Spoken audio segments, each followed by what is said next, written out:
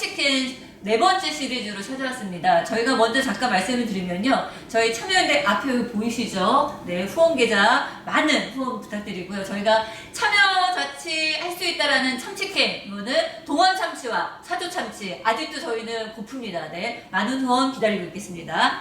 다음, 이번에는 저희가 과연 그렇다면은 저희가 1회에서는 크린의 너는 누구냐 OX로 알아봤고요. 2회에서는 그림으로 살펴봤습니다. 이제 세 번째인데요. 크린에 과연 그렇다면 대응 방안이 있을 거냐, 그것이 좀 알고 싶다라고 하는 내용으로 한번 저희 참여연대 생태 도시환경위원장님이신 최병주 위원님과 함께 말씀 나눠보도록 하겠습니다. 네, 반갑습니다. 네.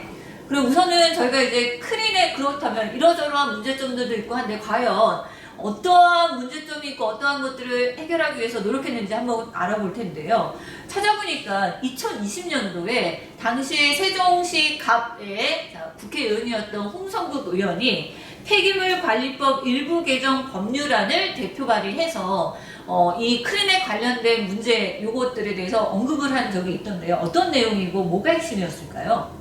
네, 그 당시에 이제 홍성국 위원이 발의했던 내용은 크린넷이 그 쓰레기 수거 시설로다가 되어 있지 않아서 지자체의 그 도움을 받지 못하고 있는 상황이었고, 주민들의 그 돈으로다가 고장을 해결하고 있어서 이것을 갖다가 이제 바로 잡기 위해서 개정안을 냈던 건데요.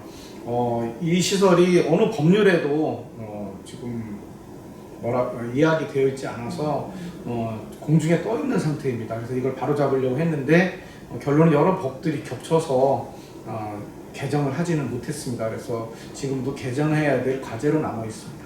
그래서 언뜻 보니까는 환경부에서는 국토부로 떠넘기고 국토부에서는 또 지자체로 떠넘기고 이런 식으로 해서 서로 이제 핑퐁으로 해서 책임을 좀 떠넘기는 식으로 아직 해결되지 않은 걸로 이렇게 알고 있는데요.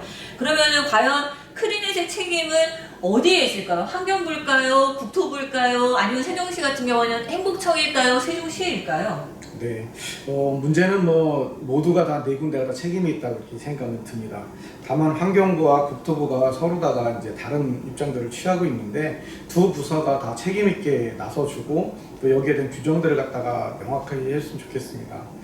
그리고 이제 행복청에 대한 부분과 세종시청에 대한 부분이 있는데 행복청은 설치를 했을 때 하자 보증이나 하자 또 이런 것들 수리에 대한 부분들에 대한 책임들이 저는 있을 거라고 생각이 들고요. 궁극적으로 저는 세종시가 나서야 된다고 생각을 합니다.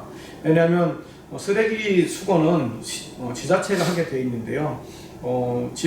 조치원이나 이런 읍면 지역은 청소차로다가 수거를 해가고 있고 동지역은 크린넷을 통해서 하게 되는데 그 비용 부담에 차이가 있어서 문제가 있는데 이것들 다 통일해서 세종시가 책임지고 해결해야 될 문제라고 생각을 하고 있습니다.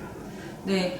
어느 부서에서도 지금 클린에 관련된 것들이 명시가 되어 있지 않기 때문에 어쨌든 법률 개정도 반드시 필요한 거라고 보여지고요. 그리고 이제 세종시민은 어쨌든 저희가 이사 왔을 때 이미 클린넷이 설치되어 있는 상황이라 요거 관련된 유지보수 이런 거에서는 시의 책임이 있다고 생각을 하는데 저희 참여연대에서 세종참여연대에서도 시가 이렇게 어떤 대응이나 이런 것들이 좀 미흡해서 저희도 성명서를 냈거든요. 과연 세종시에서는 이 클린넷에 대해서 어느 정도의 문제의식을 가지고 어떻게 대응하고 있는지 잠깐 말씀 좀 해주시겠어요? 네, 세종시에서도 이 문제를 갖다 이제 심각하게 받아들이기 시작을 한 것 같습니다.